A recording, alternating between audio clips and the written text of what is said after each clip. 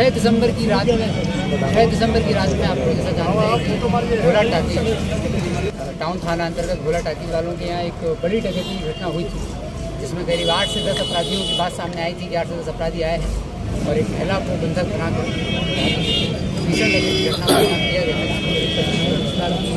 आसपास की ज्वेलरी की बात सामने आई थी। घटना के बाद SIT का गठन किया गया था और SIT अपना कार्य कर रही थी। तत्पश्चात हम लोगों ने उसमें और टीम जोड़ी। जनवरी में आने के बाद हम लोगों ने उस घटनास्थल का निरीक्षण भी किया और निरीक्षण करने के पश्चात उस घटना को तुरंत नहीं हो सका था, तो उसमें और टीम जोड़ा। करीब 5 टीम इसमें लगातार कार्य कर रही थी और हम लोग घटना के उद्भेदन का प्रयास कर रहे थे। आज करीब 4 महीने बाद इस घटना का उद्भेदन हो पाया है। पाँचों टीम हमारी इस बात के लिए प्रशंसा के पात्र हैं कि लगातार वो कार्यरत थे और इस घटना का खुलासा कर दिया गया है। इस घटनास्थल के निरीक्षण से ही हम लोगों को स्पष्ट हो रहा था कि इसमें कुछ बाहर के अपराधी हैं और कुछ लोकल के अपराधी हैं जिनके द्वारा लाइनअप दिया हो गया और जिनके द्वारा रेकी किया गया है, घटनास्थल का निरीक्षण किया गया है। क्योंकि जो मकान था जिसमें डकैती घटना की गई थी और जो उसकी मकान की जो अंदर की बनावट थी, तो उसके अंदर बाहरी व्यक्ति का आना और निरीक्षण करना संभव नहीं लग रहा था बिना किसी लोकल व्यक्ति। तो कई सस्पेक्ट को हम लोग लगातार उठा रहे थे, उनसे पूछताछ कर रहे थे। जनवरी फरवरी में भी कई सस्पेक्ट को कई राउंड ऑफ इंट्रोगेशन इसमें चला। मुझे लगता है करीब 50 से 60 की संख्या में सस्पेक्ट को शहर के अलग अलग क्षेत्रों से उठाया गया था, लेकिन फिर भी सफलता हासिल नहीं हुई थी हम लोगों को और क्लियर नहीं हो पा रहा था ये घटना किसने की है। जो भी पूछताछ में आ रहा था, निर्दोष आ रहा था, उसको तुरंत छोड़ा जा रहा था, लेकिन पूछताछ लोगों से की गई। तत्पश्चात टीम ने दोबारा से इस प्रक्रिया को स्टार्ट किया कि भाई आखिर कहाँ हम लोगों से चूक हो रही है, अपराधी क्यों पकड़ में नहीं आ रहे। करने के पश्चात हम लोग को जानकारी मिली कि कुछ बाहर के अपराधी भी इसमें हो सकते हैं और कुछ लोकल के अपराधी हैं जिन्होंने उसको आश्रय दिया। तो घटना का पूरा जब खुलासा हुआ तो इससे यह स्पष्ट होता है कि शेखोपुर के 2 कुख्यात अपराधी हैं और एक पटना का फुलवारी शरीफ, एक सारण का और एक असम का 3 अपराधी हैं जो गिरफ्तार हुए हैं। इन 3 अपराधियों जो गिरफ्तार हुए, इन तीनों अपराधियों की पहचान हुई थी शेखोपुर के रहने वाले अहमद रजा उर्फ पल्सर, मोहम्मद दुलारे, मासूम और चांद से। और इन लोगों ने जब इनकी पहचान इन लोगों से हुई, तो शेखोपुर के निवासी पहले से जब ये लोग जेल गए थे किसी घटना में तो इनकी पहचान वहाँ से हुई थी, तो इन लोगों ने षड्यंत्र बनाया और श्याम जो कि छपरा का रहने वाला है, श्याम राय, दीपू कुमार जो कि फुलवारी शरीफ पटना का रहने वाला है, आयुष तांती जो कि असम का रहने वाला है, गोराघाट जिले का, इन तीनों के साथ मिलकर इन चारों ने, जो लोकल आदमी थे चारों, ने एक षड्यंत्र बनाया और इन तीनों को इन्वाइट किया और उसके लिए एक किराए के मकान की व्यवस्था की। और ये लोग घटना तो 6 दिसंबर को हुई है, लेकिन इसके 3 महीने पहले ही अक्टूबर से ही ये लोग यहाँ आ चुके थे और इनके द्वारा शहर में कई जगहों पर सेंधमारी, हाउस बर्गलरी की कोशिश की गई, कई घटनाओं में सफल हुए। तो हम लोगों को पूरा इंट्रोगेशन से हुआ, पूछताछ हुआ, तो इससे स्पष्ट हुआ कि 5 हाउस बर्गलरी की घटनाएं अक्टूबर, नवंबर, दिसंबर ठंड के टाइम इन लोगों के द्वारा की गई थी हाउस डकैती करने के पहले। लेकिन किसी भी बर्गलरी की घटना में इनके पास बड़ी रकम इनको नहीं मिल पा रही थी। तत्पश्चात इन लोगों ने जो कुख्यात अपराधी है अहमद रजा और पल्सर और मोहम्मद दुलारे के साथ मिल करके भोला टाकी के जो निवासी हैं इनके घर का मुआयना किया। इसका इन्होंने रेकी की है। 5 दिसंबर को इनको पता चला कि 5 दिसंबर को इस क्षेत्र में, इस घर के पीछे ही एक शादी होने वाली है, शादी का कार्यक्रम है। तब इन लोगों ने रेकी की और ये डिसाइड किया कि 5 की रात को, क्योंकि 5 तारीख की रात को यहाँ शादी होगी तो इनके अन्य साथी भी यहाँ एकत्रित होंगे और 5 की रात की जब शादी चल रही होगी तो सारी शादी की भीड़ भाड़ में और अन्य आवाज़ों में शोरगुल का ये फ़ायदा उठाते हुए इस हाउस डकैती को रात में ये लोग अंजाम देंगे। तत्पश्चात 5 तारीख की रात में ये लोग इकट्ठे हुए, मोहम्मद दुलारे, मासूम और एक और अपराधी है इसमें शेखोपुर का इकरामुल ने और मोहम्मद इसने अहमद रजा ने इन लोगों को शेखोपुर में एक घर दिलाया था जहाँ पे ये लोग अक्टूबर से ही रह रहे थे और तरह तरह की घटनाओं को अंजाम दे रहे थे। फिर ये लोग इकट्ठे हुए यहाँ पर शादी में ही 5 तारीख की रात में ये लोग इकट्ठे हुए। शादी में एकत्रित होने के बाद इन लोगों ने प्लान बनाया। 2 अपराधियों ने बाहर से रेकी की, जो कि भोला टाकी ढूंढी, जो आप लोग देख रहे हैं। एक अपराधी यहाँ स्टेशन हुआ और एक अपराधी इनके घर के उस तरफ स्टेशन हुआ, ताकि पुलिस की किसी भी गतिविधि का इन लोगों को पहले से आइडिया लग गया। एक अपराधी घटनास्थल पर ही रहा घर के बाहर और बाकी 7 अपराधी जो हैं वो घर के अंदर दाखिल हुए।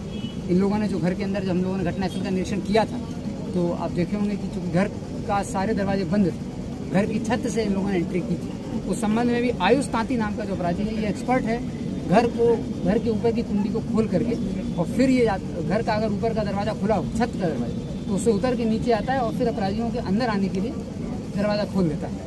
और ये सभी लोग पाइप के रास्ते से 3 मंजिला मकान, करीब 2 मंजिला मकान इनका है, तो सेकंड मंजिल की छत पर ये लोग पहुँचे और वहाँ से इन्होंने कुंडी खोली और अन्य अपराधियों को घर में प्रवेश दिया। प्रवेश करने के उपरांत इन्होंने जो घर में एक महिला थी उनको बंधक बनाया, एक कर्मचारी थे उनको भी बंधक बनाया और तत्पश्चात इस भीषण घटना को घर के अंदर हम लोग शुरुआत में जब हम लोगों ने घटनास्थल का निरीक्षण किया तो लग रहा था कि शायद घर के अंदर काम करने वाले कई कर्मी हैं, मजदूर हैं, जहाँ पर पेंटिंग वेंटिंग हुई थी, इन लोगों का भी रोल हो सकता है। उन लोगों से भी बहुत लंबी पूछताछ हुई थी, क्योंकि जो घर की बनावट है उसमें यह स्पष्ट नहीं हो रहा था कि कैसे इतनी गहन जानकारी किसी को हो गई कि घर के अंदर कौन सा रूम कहाँ है, कौन सा वैल्यूएबल आइटम कहाँ रखा हुआ है। लेकिन घटनास्थल के जब बारीकी से उसका निरीक्षण किया गया तो स्पष्ट हुआ कि जो कमरे कई दिनों से बंद थे, कई सालों से बंद थे, उन कमरों के तालों को भी अपराधी ने तोड़ा था। तो अपराधी को घर के अंदर की एग्जैक्ट स्थिति, वस्तु स्थिति जानकारी नहीं थी, उसने केवल बाहर से आइडिया लगाया था और यह प्लान किया था कि कैसे इस घर में घुसा जाए। घुसने के पश्चात उसने 4-5 कमरों को के तालों को तोड़ा, जो कि जिस घर में कुछ था नहीं, जिसमें सालों से कोई नहीं रह रहा था। और जब उसको पता चला कि कोई महिला यहाँ पर है, महिला की आवाज़ आई, तत्पश्चात उसने महिला के जो हिस्सा है उनका उस क्षेत्र में अटैक किया और वहाँ से जो सामान था वो लूटा।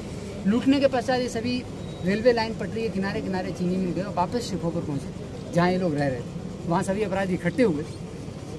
जो इन्होंने टोटल आइटम लूटा था, जो कि बताया गया था 25 से 30 लाख का ज्वेलरी लूटा गया, लेकिन अपराधियों से अलग अलग पूछताछ हुई, बहुत सहन पूछताछ हुई, उससे पूरी तरह स्पष्ट हो गया कि इतना अमाउंट नहीं था। अमाउंट बहुत बड़ा चढ़ा के लिखाया गया था। किसी भी तरह का बिल या कोई कैटलॉग या किसी तरह का डिटेल ज्वेलरी की ये प्रस्तुत नहीं किया गया था। अपराधियों से पूछताछ हुई तो अपराधियों ने भी स्वीकारा और ये बात भी सामने आई कि 6 दिसंबर की घटना के बाद अपराधी तुरंत नहीं भागे।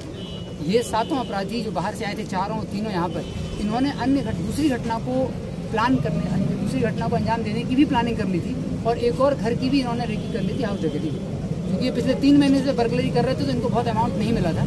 और इस घर में से भी जब इन्होंने डकैती की घटना को अंजाम किया तो बहुत बड़ा अमाउंट इनको नहीं मिल पाया, तो ये दूसरी घटना को अंजाम देने के लिए लग गए। और ये 6 दिसंबर की घटना करने के बाद 22 दिसंबर तक समस्तीपुर में ही तीनों रहते हैं और 23 दिसंबर को छपरा का लड़का छपरा चला जाता है, फुलवारी शरीफ का लड़का फुलवारी शरीफ चला जाता है और असम का लड़का भी पटना चला जाता है। वहाँ से ट्रेन पकड़ के अपने गंतव्य के लिए निकल जाता है। जब इन लोगों ने शेखोपुर में इकट्ठे होने के पश्चात इन्होंने ज्वेलरी का आकलन किया और जो लोकल अपराधी था अहमद रजा और पल्सर और इकरामुल, इन दोनों की जिम्मेदारी थी कि इस ज्वेलरी को बेचा जाए और इन दोनों ने एक लोकल ज्वेलरी वाले को टाइप किया और उसके पास एक जल्दबाजी में सामान लेकर के गए।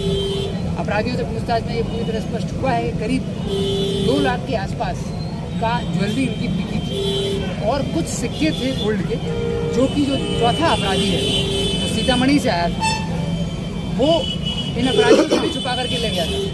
डकैती के अंदर भी उसने चोरी की थी, उसने अपने साथियों से भी उस चीज़ को छुपाया था और वो लेकर के चला गया, जो कि पुष्टि हो गई है, हम लोग को पता चल गया है, क्योंकि वो गिरफ्तार नहीं हुआ है, उसकी रिकवरी नहीं हो पाई है। अहमद रजा और पल्सर, मोहम्मद दुलारे, मासूम और इकरामुल, ये भी अभी गिरफ्तार नहीं हो पाए हैं, ये लोकल है, क्योंकि अन्य घटनाओं में भी इन लोगों का नाम सामने आया, ये भागे हुए हैं। तो वो ज्वेलर जो है वो भी आइडेंटिफाई नहीं हो पाया, लेकिन हम लोग को मोरलेस पता चल गया है कि किस ज्वेलरी वाले के यहाँ ये सामान को बेचा गया है। लेकिन ये पूरी तरह स्पष्ट है कि टोटल ज्वेलरी जो थी मात्र 2 लाख रुपए की होगी ज़्यादा की, लेकिन उसको दिया गया था 2 लाख रुपये, चूँकि कोई भी ज्वेलरी वाला जो होता है तो लूटी की सामग्री बहुत कम सामान में कम दाम में ही देता है, इनका 1/10 रुपया में ही देता है। तो उसने 2 लाख रुपये की जो ज्वेलरी थी वो वापस की। 2 लाख रुपये जो लूटे गए थे वो 2 लाख रुपये बरामद हुए। इन लोगों के पास से 2 पिस्टल, 1 देसी कट्टा, जो 6 जिंदा कारतूस, 1 चाकू जो ये लोग लेके घुसे थे, 3 मोबाइल और लूटे गए 2 लाख रुपये को बरामद किया है। इन तीनों ने इस पूरी घटना को स्पष्ट किया है।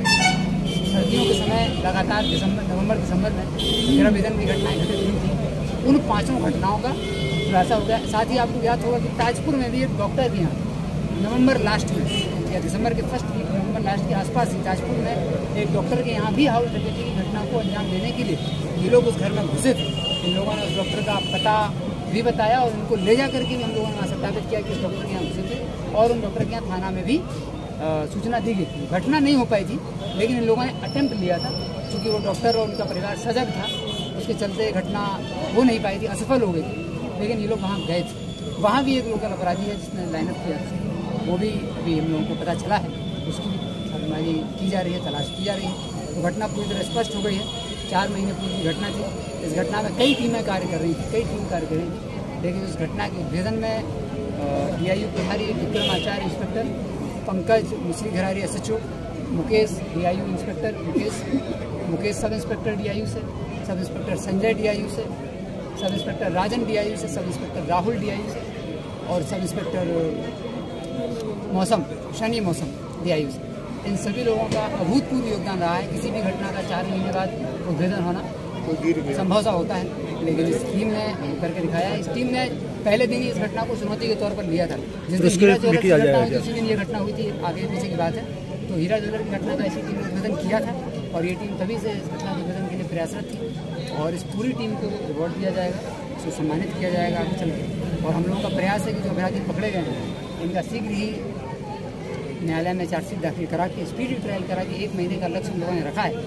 SHO टाउन जो चंद्र प्रसाद गौरी जी हैं, इनको लक्ष्य दिया गया है कि 1 महीने में अन्य अपराधियों को भी गिरफ्तार करके चार्जशीट दायर करके 1 महीने के अंदर इन अपराधियों को सजा दिलाई जाए, ताकि एक स्टेब्लिश हो कि भाई ऐसी बड़ी घटना होने के पश्चात 1 महीने में सजा हो। तो हम लोग इसका 1 महीने बाद फिर इस घटना का